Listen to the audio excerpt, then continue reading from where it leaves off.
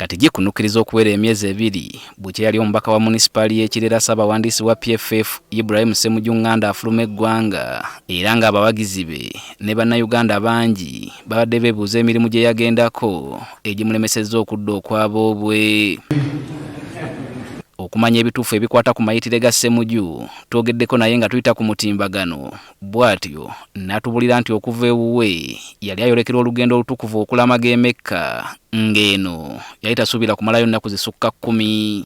Naye ekiseera kyange nga maliriza emikolo egyantwala e Makka kubanga nagenda okusimbulanga Lukwago baakamala okumuwamba mba naatera okudda ngenda okuwulira nti Honorable Miriam Matembe naye bamuwambye nensanyuka nga Muwanga Kivumbi bamutadde ngenda okulaba enkeera nga bamuwambye nemmanya ebintu si birungi. Olw'embeera eno yalina okusalawo ku kyokudda kuno oba okugira nga awaŋŋangukira gy'ali ekyo si kimala okuyita.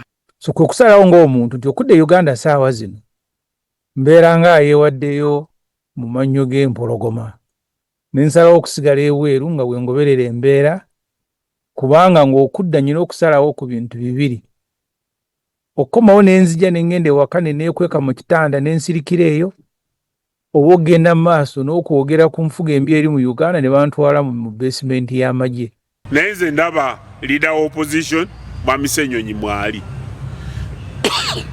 kati alina okutubuulira ddala Uganda mbi nnyo era wabanga mbi yakolamu ki ne badde abali ku opposition in parliament.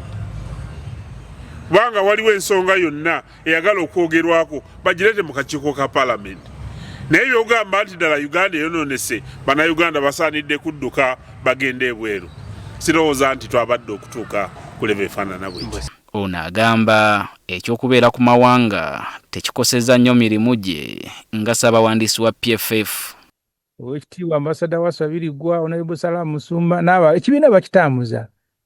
Naye nga nange kye nsobola okukola nsobola kukikolera wano kubanga siina ate kye naalisobodde kukola nga ndi mu basement. Ssemujju yeegase ku bannabyabufuzi nga Pulezidenti wa NUP Robert Kyagulanyi, Stella Nyanzi, Kakwenza Lukirabasajja, Robert Kayingo n'abalala abasalawo okukasiba ebweru w'eggwanga olw'abantu be balumiriza okubayigganya olw'ebyobufuzi. Okwogerera mu Uganda ne bakutwala mu basement n'okusirika kati option esigaddewo abantu bagenze mu kutya n'okusirika nti owabula gavumenti eno gavumenti bakyagiwabula ogiwabule nga either omugugu gwo guli ku booda olumala ogiwabula odduke oba giwabule ng'olinze kutwala mu basement bw'omagamaga mu ddirisa oba batuuse kiro oba batuuka ku makya. Kati awo wetuli awo buli omu ateekwa okwesalirawo kuba mulonga nti mugikomawo tubadde tugumidde ku mmwe. Kati sibira tukyasobola okugumira ku Dr. Besigye ali eruzira oba Lukwago ali eruzira oba Muwanga ali ekitalya. Ate waakiri muyinza okugumirako ku nze ali ebweru wa Uganda. Webanga waliwo ebitatambudde bulungi oba ebyokumenya amateeka oba ebyokutulugunya Munnayuganda yenna, ezo nsonga ziggwera mu kkooti kubanga ssemateeka wa Uganda okutulugunya tekukkirizaako n'akatono. Wadde nga guli gutyo, Ssemujju agamba ekyabannansi okuwaŋŋangukira mu mawanga g'ebweru olw'okutiisibwatiisibwa si kyakwenyumirizaamu naddala mu nsi egoberera enfuga ey'amateeka. Kati enfuga ey'amateeka twagivaako tugenze tugivaako nga tuggwerayo. Nze nsibiddwa emirundi mingi ku mapoliisi mangi mu Kampala neeruzira nali ntwaliddwayo era ng'omanyi nti bwe bakusiba gy'olaga ekyo siinaako buzibu no yadde okukitya. Naye Kasabye ayingiramu okutwala abantu mu basement okubawala katako enviiri oba kuba emiggo bw'otunuulira Sam Mugumya otya n'okutya nti oba abantu abaakubye Sam Mugumya nabo balina abaana n'abazadde. Kati Mwami Ssemujju yamanyi ki kye yadduka kubanga sitole yonna tagitugamba.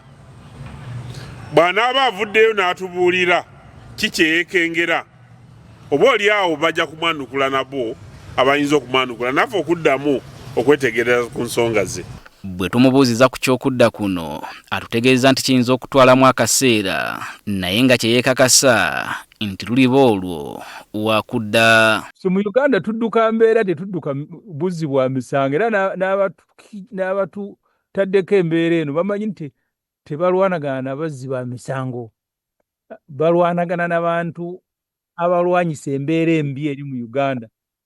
N'abo abali mu buyinza tayimu yaabwe egenda kutuuka, siinaayo ku ekiseera kijja kutuuka nga bagenze, naye ebyembi kiyinza okutwalirizaako akadde ate kiyinza okugenda nga kyonoonye eggwanga. Ssemujju akinogaanyizza nti talinayo butuuze bulala okuggyako Uganda era nga ne famire ye ekyali wano, bw'atyo n'asambajja abagamba nti aliko ebyo bye yali atunda. Naye ekisooka tisibitunda, ekyokubiri ebintu ebyo si bikulu nnyo eri obulamu bwaffe, kubanga ne Lukwago amaka yagalekawo, lwe nasembayo genda e Rukungiri mu maka ga Dr. Besigye nga gamezeeko ne Nabbubi. So amaka si kikulu, naye Uganda nnyinayo abantu abo saawa zino bajja okusalawo kye baagala obbikola. Kati saawa zino nze nkyaddusa bulamu na kulwanirira butya bwe nkomawo mu Uganda. Naye nze ndowooza nti omusango tayinza gumaza mbiro wabanga agulina, akomewo buli nsonga tugyogereko wano mu Uganda.